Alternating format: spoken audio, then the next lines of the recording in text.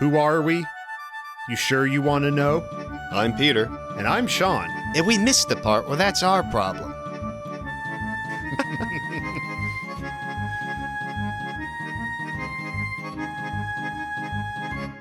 Welcome to our Sam Raimi Spider-Man podcast. So much to tell. Pizza time. Where we deliver your Sam Raimi Spider-Man podcast in 29 minutes, or you don't have to support us on Patreon. And we are really bad at this 29-minute part of the guarantee, Sean. You know, I mean, we deliver the Sam Raimi Spider-Man podcast, but the 29-minute part has been a recurring problem. It is quickly becoming an empty formality, but we're going to do our honest-to-goodness best this time, folks. We really are. Absolutely, yep.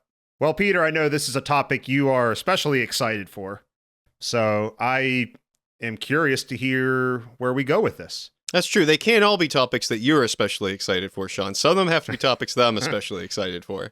And, well, you know, there's one character who is, we know him, we love him, he's pivotal to these movies. Like, the whole movies revolve around this guy in Sam Raimi's Spider-Man trilogy.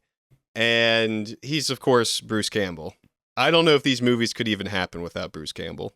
For anyone who doesn't know, old Bruce, he's a longtime friend of Sam Raimi's. They went to school together. They met in some sort of acting class where they would pester each other and make each other laugh. They made Super 8 films on the weekends.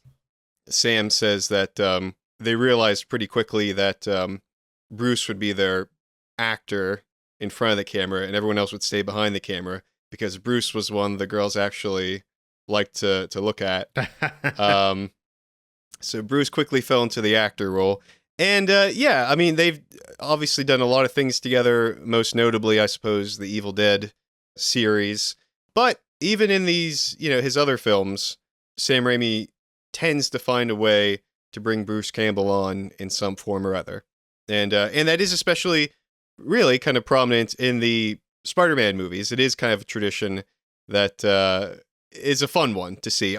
Kind of right up there with seeing Sam's car, the Delta 88 Oldsmobile, the classic, in these movies as well, for its own sort of cameo appearances. Yeah, back before that was what every superhero movie was doing. Cameos. Yeah, putting in these cameos, Easter eggs, stuff like that. Yeah, this was sort of ahead of its time in that regard. That's an interesting point, yeah. Yeah, all three characters that Bruce Campbell plays in the Raimi trilogy are very memorable. They are parts of the movie that usually are, you know, funny, humorous, memorable, but they also affect the plot in some way. Bruce Campbell actually has a pretty funny bit where he talks about it. Over the years, you know, people in interviews do bring up his cameos in the Sam Raimi Spider-Man movies. And, you know, he does this thing where he's like, well, hang on now. You know, to call them a cameo is sort of underselling what we're doing here, isn't it? You know, you're to be gravely mistaken. You know, in the first movie, I named Spider-Man. You know, otherwise you've got $1 billion franchise that'd be called the Human Spider. I named him Spider-Man. In the second movie, I defeated Spider-Man. Every other villain Spider-Man's defeated, but he did not get into see MJ's play. That was me. I stopped him. I became the first person to defeat Spider-Man. I mean, I know he's being humorous, but I think that's sort of a misleading way to describe that situation. You're quite right, because in all actuality, Emily Deschanel was the first person to defeat Spider-Man, by that logic, in the opening of Spider-Man 2, when she would not pay for that pizza. Well, that I guess I'm just saying he didn't have to actually fight him. He just was an obnoxious usher, drunk on his own power is what I was trying to say. Somebody has got to talk to that usher. And then Bruce says in the third movie, he teams up with Spider-Man. Yeah, I suppose. But he made sure that Spider-Man didn't win in this team up because he was a jerk to him the last time. But, you know, that's always his, like, same response is to, like, inflate the role of these cameos. Yeah. Well, I mean, but I don't think they need inflated because I don't think they're small to begin with. Like, I don't think they need to be artificially pumped up. I think I think there's the old saying, there are no small parts, only small actors. And I think that's true of these movies the same as any other piece of fiction, because he's right. In the universe of the movies, yeah, it's him as the wrestling announcer that gives the name to Spider-Man. And certainly he brings that wrestling announcer's flair. He does really devour every one of those parts, like, will the guards please lock the cage doors at this time? And so, yeah, he's of course, in case it wasn't clear, he's the ring announcer in the first movie. In the second movie, he's the snooty usher, and he's absolutely hilarious in that. He really is. Like, just his facial expressions, well, she asked me to come, but not to come late. But you know what? Again, it's funny, but I think it's illustrating quite a bit about Peter Parker's situation at that point in his life. Here he is, beginning of Spider-Man 2, a guy that just is always late, always missing commitments. He was late to Dr. Connor's class. It's the same idea. You're very right that as fun as that little bit is, it is sort of integral to continuing to see Peter struggling with this dual life. It's a fun little way to do it, but it is the world continually pounding on him. Well, sometimes you need somebody to be kind of blunt like that with you, and some people will let you slide if you're late, but this guy finally was the one that would not, and defeated him. Peter certainly paid a heavy price for that. Yeah, because I know Mary Jane says to him later something like, "Oh, you couldn't even make an 8:00 curtain," during a pretty bitter argument. So, yeah, it's a small-ish part in terms of screen time, but not small in terms of its effect on the overall story. Definitely to his credit. I think that's an interesting point you make, because, especially in the Sam Raimi Spider-Man movies, it feels like, even the smallest parts can end up being very memorable. Even the characters who don't have lines, they always seem to stand out in some very distinct sort of way. Well, you're the one that a long time ago you remarked that these movies are very pithy. That is the word I used. And they, even if they don't spend a lot of time on something, that there is a lot to unpack from whatever it is. So, yeah, even a small character such as this, somebody that's on the screen for just a couple of minutes in each movie, definitely memorable, definitely affected the plot. And I think that's a good segue into another question or another thing to talk about, which is, it's the same actor, but in universe, do you think this is the same person in each of these roles? In other words, this person that Bruce Campbell plays at the time of Spider-Man 2, he's the wrestling guy. At the time of Spider-Man 2, he's a usher at the theater, and then by the time of Spider-Man 3, he's progressed to working at a French restaurant, complete with the fake accent and the little mustache and all that. He is Do you think it's the same person? That's a great question. Now, I've seen message boards from the time that the Raimi movies were still coming out. I'm sure that there have been discussions for many years about this, yeah. Right. And, okay. We all know where this theory is going. He has the line as the snooty usher that, it helps maintain the illusion. And people have recognized that all of these characters have some element of performance to them, some sort of showmanship. Yes. In the one, he's an usher at a play. The ring announcer has this performance thing going on. That last one with his, like you said, his obviously fake accent, he's, again, putting on some sort of part. Could he be the same person going through different careers? Could he be some sort of washed up actor? Could he be Quentin Beck? Which is what people have been wondering for a while. Is he secretly Mysterio, Quentin Beck, kind of like popping up here and there? Maybe he does keep recognizing this Tobey Maguire guy. Who knows?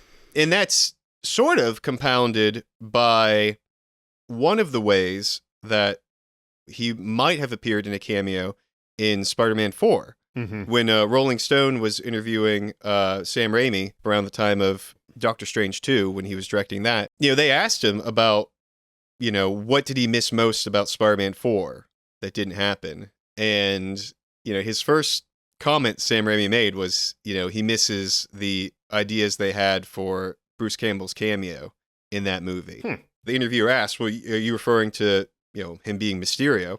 And Sam said, yeah, well, that was one of the ideas. It's interesting to me that, like, to Sam, it almost sounds like that wasn't even necessarily like the main idea, but that was an idea. Yeah. And I think we have seen that the storyboard, some bits of storyboards we've gotten. One of the ideas was that toward the beginning of the movie, to kind of establish where Spider-Man is in his career right now, it opened up with like kind of a fun montage of him bringing in all these like D-list, supervillains, Stilt Man, the Rhino, who's really just like a guy in a rhino costume with like rhino footy pajamas and things like that.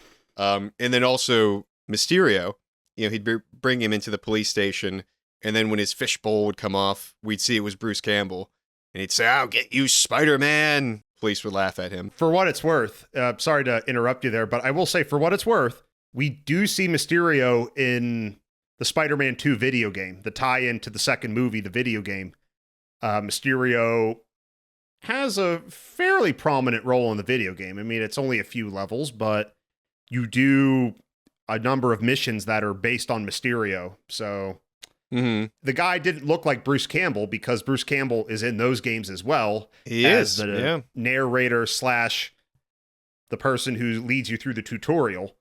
So I guess the tutor, that would make him. But to the extent we're willing to consider anything in those games that outside of the movie plots canon, there is Mysterio in that game. So who knows? Maybe it's still the same guy as the guy that's teaching you the basics in the tutorial levels. I don't know, but it could be. It could all be the same person. I don't know. Could now, be. But we even still have to ask, though, even if Bruce Campbell did appear in Spider-Man 4 as Mysterio, that still doesn't really confirm that all the others were him as well. Personally, I think it's fun to think that they are. I think it's fun to just say, this guy just keeps happening to show up in Peter Parker's life. Yeah. Because why not? And yes, we might as well just make him this washed-up Mysterio actor. Now, I will say, interestingly enough, one of the other cameo ideas for Bruce Campbell was more recently revealed, I think, at least I hadn't heard this before, in a book by Mark Edlitz called Movies Go Forth. And it's a book all about the fourth movie in franchises, including, in some instances, fourth movies that didn't get made. And in this book, he spoke to Jeffrey Henderson, who was one of the storyboard artists on Spider-Man 4, and one of the other ideas for Bruce Campbell's cameo in Spider-Man 4 was that he would be dating Aunt May. That Peter would walk in sort of accidentally on Aunt May. Like, he knew that his aunt was seeing somebody these days, but he walks in at one point and it's like Bruce Campbell's in there with a towel on, just stepping out of the shower. That is very weird to think about for a lot of reasons. It's on the one hand, nice to think of Aunt May sort of like, moving on, I suppose, like not. Well, that was going to be my question. Like, do you think, well, I guess like in the Raimi universe, that version of Aunt May, I don't know. I just have a hard time imagining her with anybody else. Yeah, I think we're supposed to know that, this is Bruce Campbell. He's always here for something funny. And, according to Henderson, Aunt May is worried about the situation when Peter sees him. And then Bruce says, "I'll take care of this," And then Bruce Campbell does sit Peter down on the couch and, explains, "Your aunt is a woman and she has needs." Oh my. And, Peter's there like, I don't want to hear this. I don't want to hear this. I don't want to hear this. So, it is, intended to be kind of funny that, of course it would be Bruce Campbell in a towel. 8 million people in New York City and it's him. It ends up being Quentin Beck.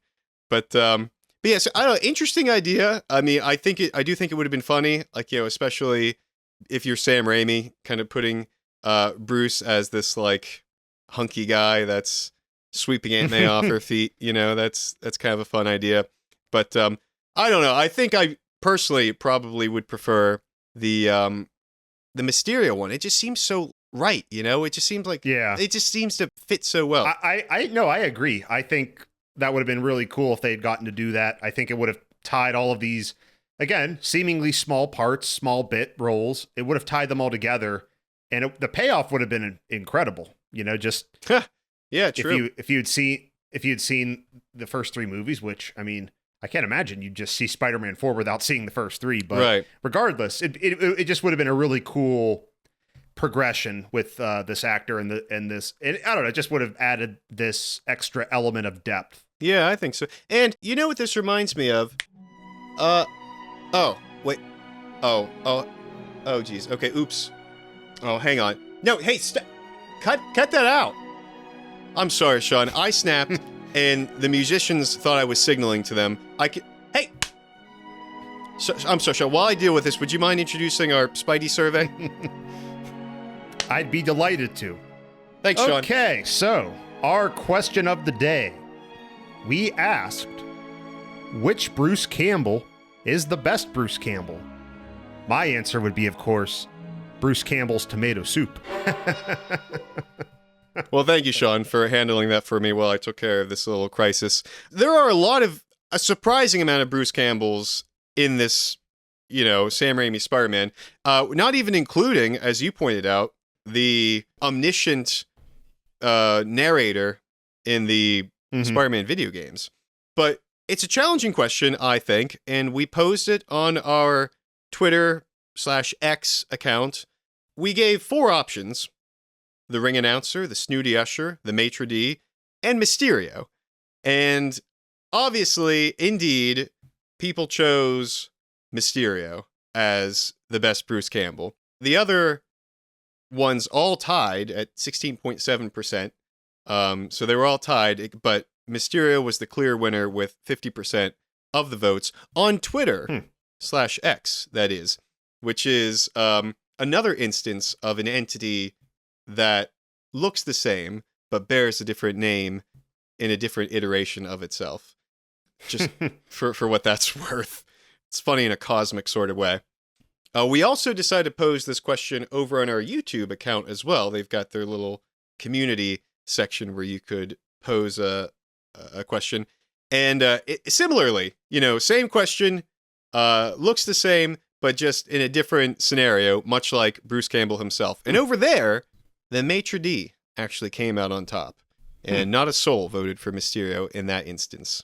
See, my personal favorite, for what it's worth, is the wrestling ring announcer. He just has such panache, such a bombastic way of speaking. It's so captivating. Just, I don't know. He could make anything. It's kind of like Billy Mays or something, the old pitchman on TV, where he could just take the most mundane thing, but just talk about it with such enthusiasm and energy that it makes you interested.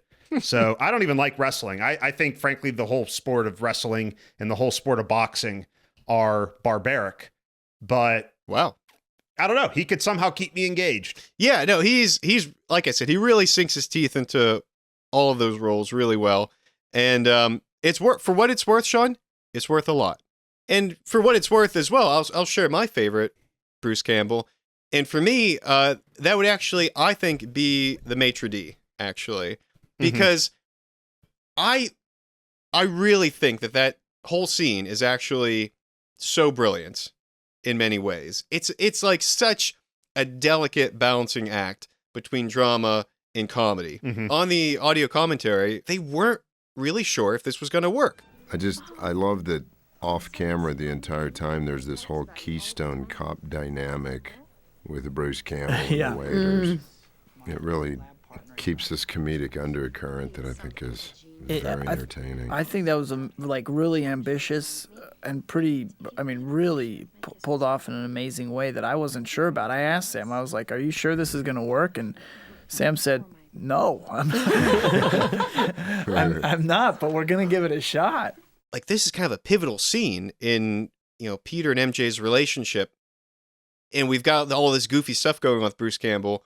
Is this really going to come together? And I think it does. I think it comes together really brilliantly, actually. Sam Raimi has an uncanny and kind of offbeat way of blending comedy with either drama or horror or action or what have you. Think even of like Willem Dafoe's like penultimate, insert moment just before he's impaled by his glider. It's a really interesting beat that like seems so really kind of out of place, and yet like you can't imagine the scene without it now. I think Sam's just really good at balancing these sort of things. And I think that scene is just really brilliant. Like we start out with this like really kind of goofy stuff going on, this banter with Peter and the maitre d' to kind of set the tone, this kind of light bubbly tone. Yeah. Which really kind of does a good job, for one thing, keeping our spirits up and entertaining us, especially because Spider-Man 3 is frankly maybe like the most downer of all the Raimi Spider-Man movies. So it's fun to have those kind of bits like that. Plus, it also kind of really firmly establishes us in Peter's mindset, whereas MJ's coming in almost like from a totally different planet that Peter's not even prepared for where she is emotionally. She's very angry and very upset She's about hurt. a lot of things. Yeah. And he's Mr. on top of the world. Everybody loves me. Of course, this is going to work. There's no reason that this will not go the way that I think it will. It's worlds colliding. Yeah.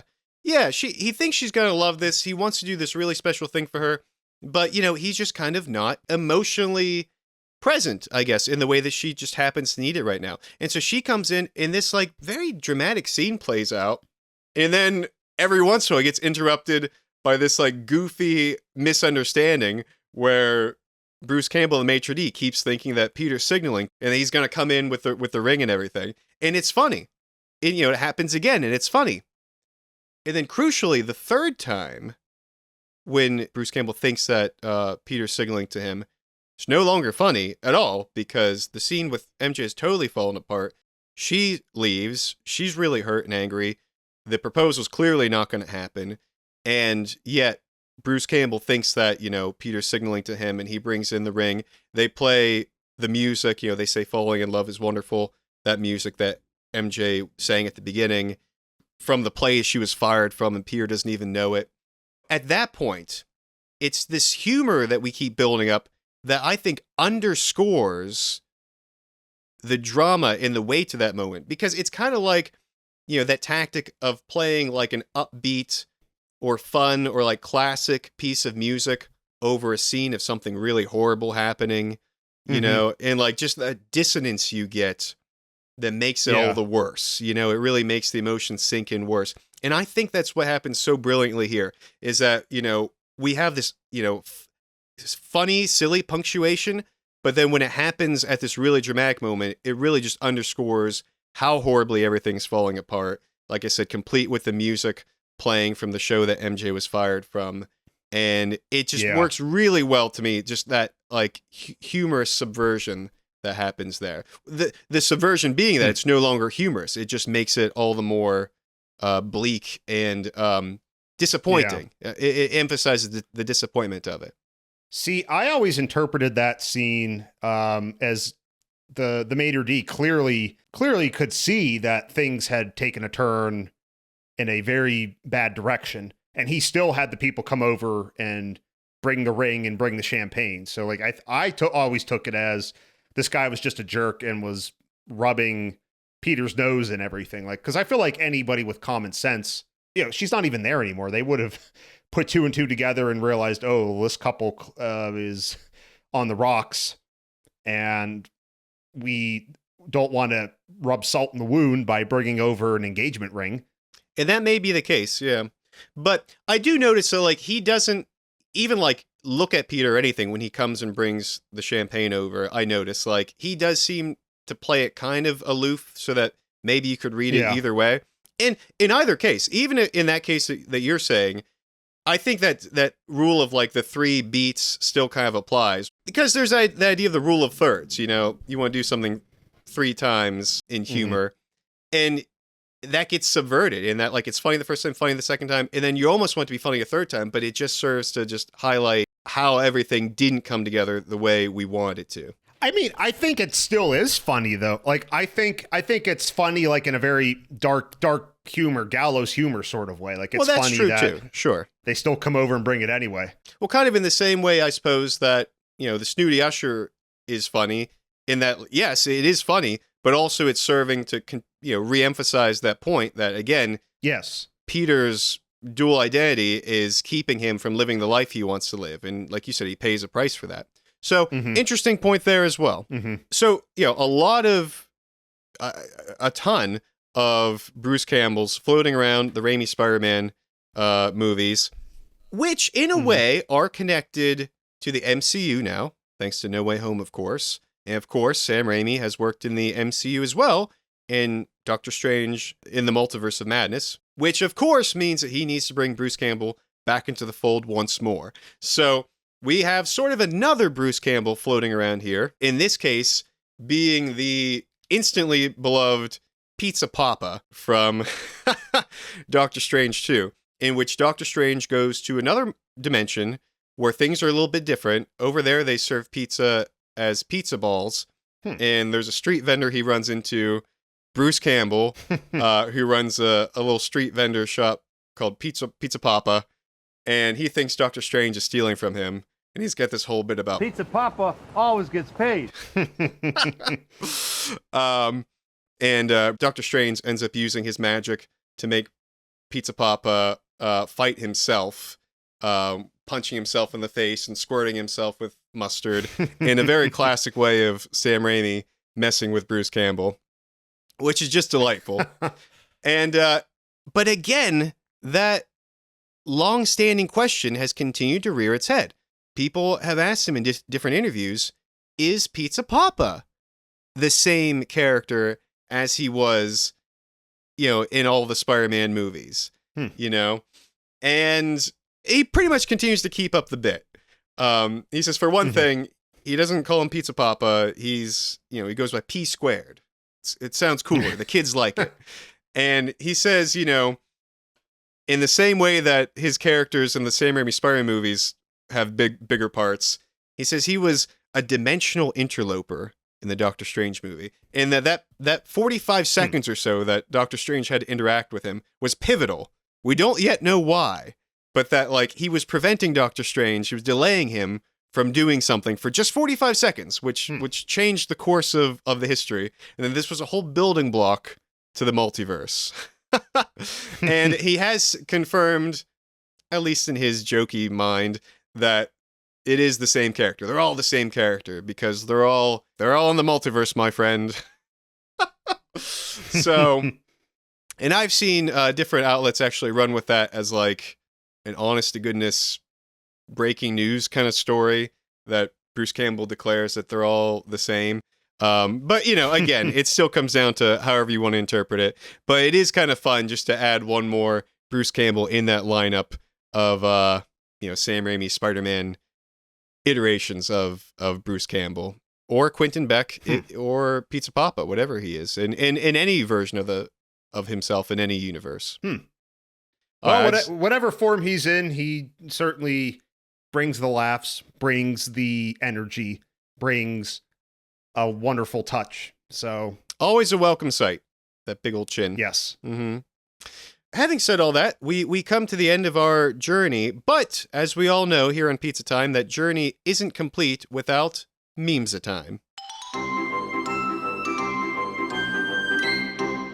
All right, Sean, I got another little meme for you. I don't know if I'd say this one has really exploded in popularity before, but it's relevant to our hero of this episode, and it definitely has its place. It's a meme that one might refer to as Snooty Usher tells it straight. Or maybe, Bruce breaks it to you. Or maybe Based Bruce. I don't know. We'll have to debate. Let us know on our social media. But it's the scene from Spider-Man 2 where Bruce Campbell's Snooty Usher does not let Peter Parker into MJ's play. And he points to a sign, and then he looks at Peter as if to say, them's the breaks. And so a practitioner of this meme would simply put whatever statement they want to get across on that sign, and in the second panel, the Snooty Usher will look at you as if to say, them's the breaks. That's just how it is. Yeah. I'd see this format used a lot when people are trying to make a statement about the community at large in whatever forum they're posting about how things are or should be there. Take, for instance, this example posted to Raimi Memes by Tony Stank 1963. As of now, it's one of the top Raimi memes of all time in the top 50, and it was posted in October 2019, about a couple weeks after the Joker movie came out, and a few months after Far From Home and Endgame. See this, Sean? Yes. Joker or MCU memes are not Raimi memes. Yeah, them's the breaks. It's very similar to that meme format of Jim Halpert from The Office, where he has the easel with like the poster board on it and he's pointing to something and then looking at the camera like as if to illustrate a point or to emphasize something. Or also that meme of Lisa Simpson walking on the stage making a dramatic announcement. It kind of reminds me of those. Yeah, it does sort of belong in that same family of memes, this like, public announcement kind of meme, yeah. Like, it might not be something you want to hear, but it's the truth. Exactly. Like, these are truths that perhaps we're not ready to hear. And you will now notice, in fact, that I have just sent you 3 examples of this meme, and I would like you to tell me, as you read them to us, which one you think I made, especially for this episode. Which one of these 3 truths that perhaps we're not ready to hear? Which cause do you think I want Bruce Campbell to fight for?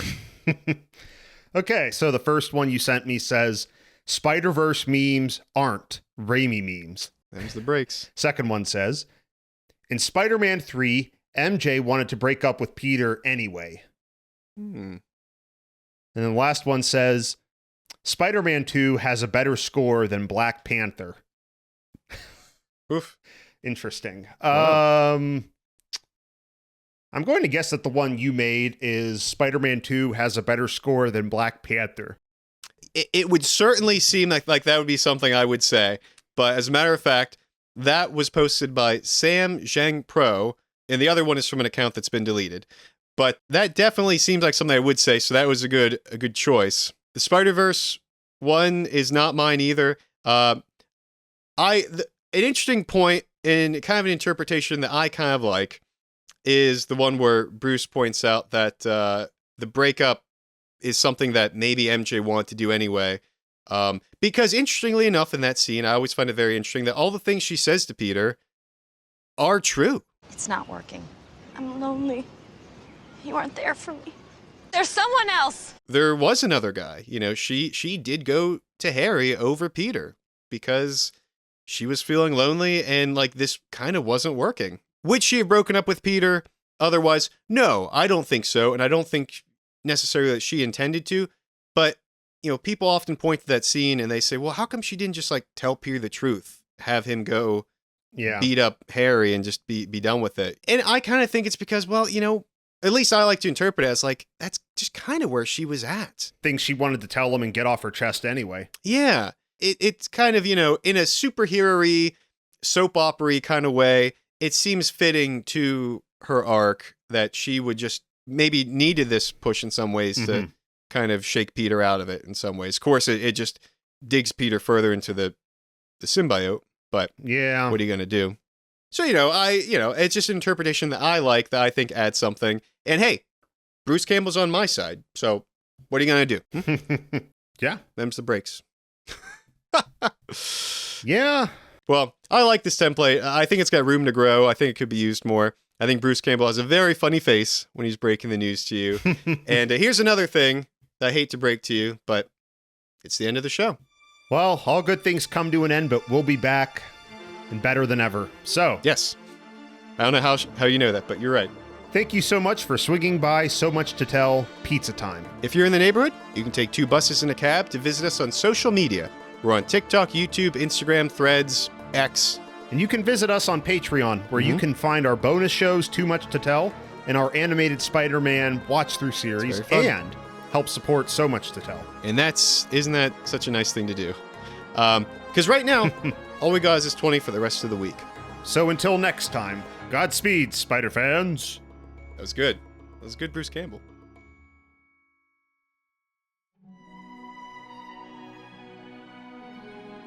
The way I look at it, good things are worth waiting for. So, okay.